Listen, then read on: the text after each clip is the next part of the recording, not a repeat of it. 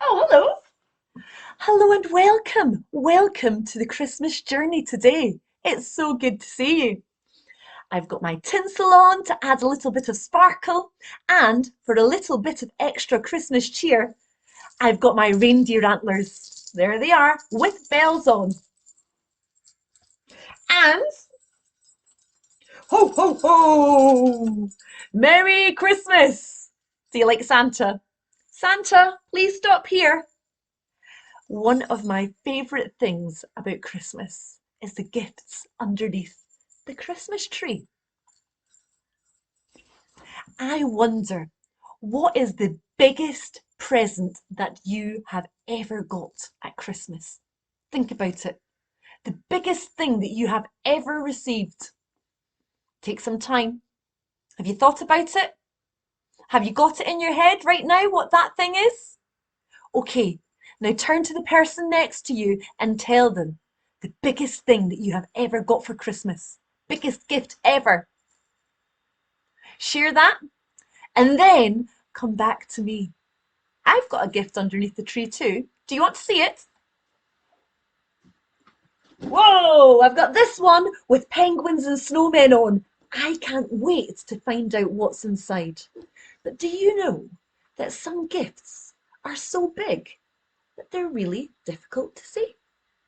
Some gifts are so huge that some people don't even know they're there. We have to go back to the very, very beginning so that we can see this great, big, beautiful gift that was given to us. So come with me as we travel back in time to the very, very beginning. In the beginning, when God created the heavens and the earth, there was nothing.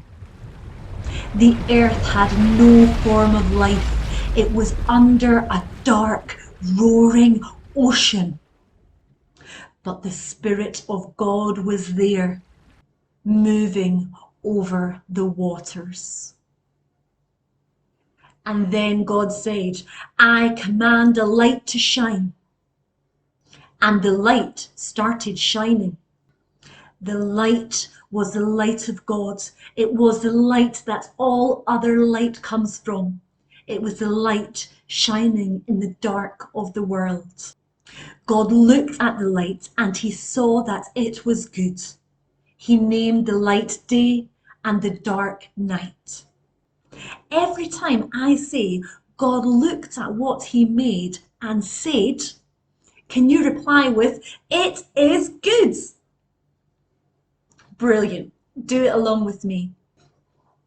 Evening came and then morning, and that was the first day.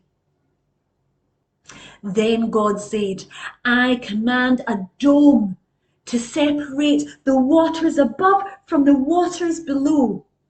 And do you know that's exactly what happened? And he named the space in between sky. God looked at what he made and he said, it is good. Morning came and then evening, and that was day number 2. And then God said, I command the waters to be gathered into one place so that dry ground appears. And he named the dry ground land and the water sea. And from the land, all kinds of plants started to grow. Fruit was grown and grain and trees, enough food to fill all of the earth. All the flowers of every kind and every beauty. God looked at what he made and he said, it is good. Morning came and evening passed, and that was day number 3. And then God made 2 powerful lights, one to rule the day and one to rule the night. During the day, it was a powerful, bright light. And on the night, it was a more silvery, mysterious light. He also puts all the stars into space from one end of the universe to the other.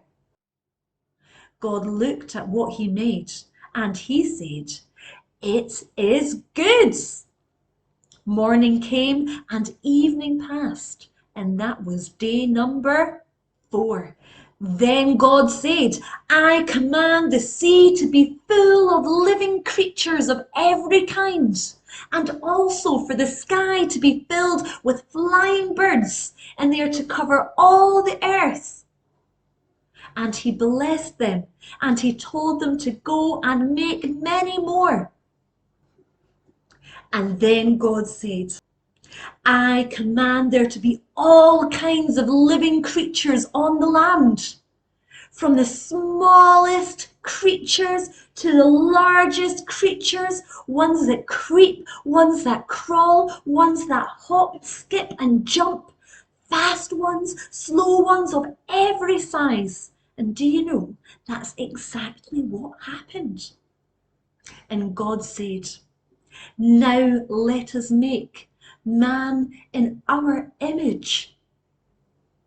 So from the earth he made a man and also a woman.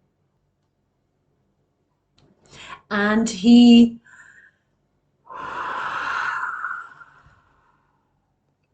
breathed life into them. And he said, "Look at this beautiful gift I have given you."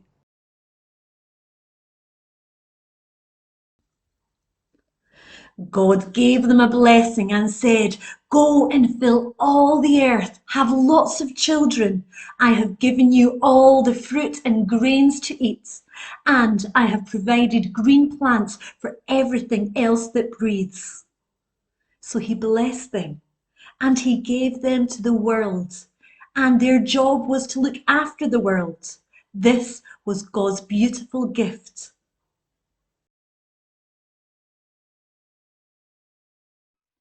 What happens next?